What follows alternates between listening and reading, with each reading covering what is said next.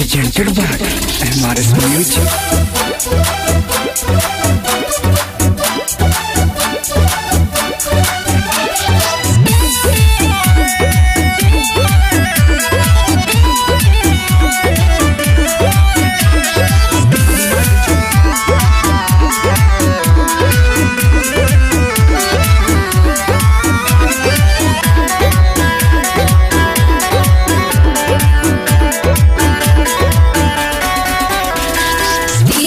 से राजे को तरफा गायकी में कोई नहीं से बढ़ता बा।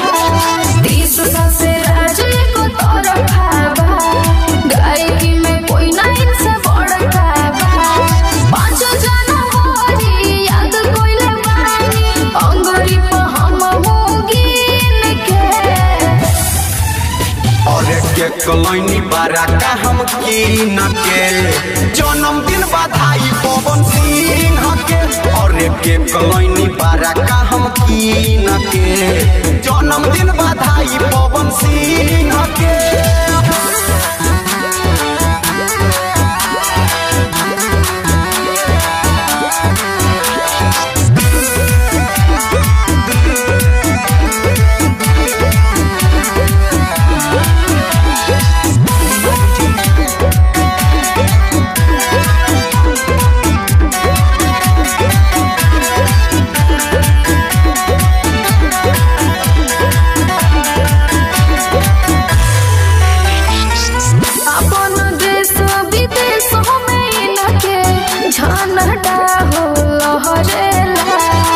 लॉलीपॉप के तू बातें हो छोड़ा सब बनावे ट्रेंडिंग में रहेला।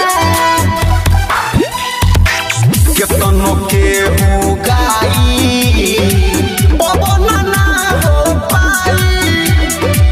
भोजपुरी छोरा जमाना जानेला सरस्वती पुत्र कहाई।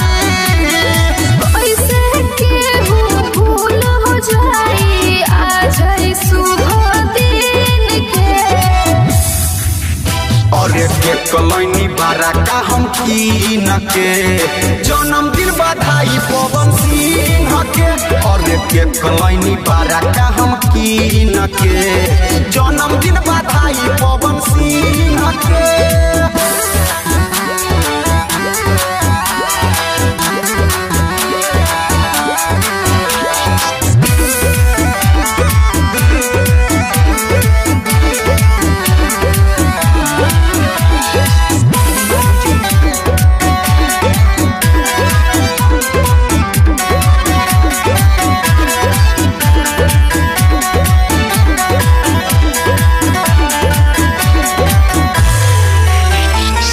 पवन सिंह के सारा फैन स्टोरी लगा के विश्वकोरी हो जाए। संगीत साथे बलिया बरो यही न्यूज बनाई हो जाए।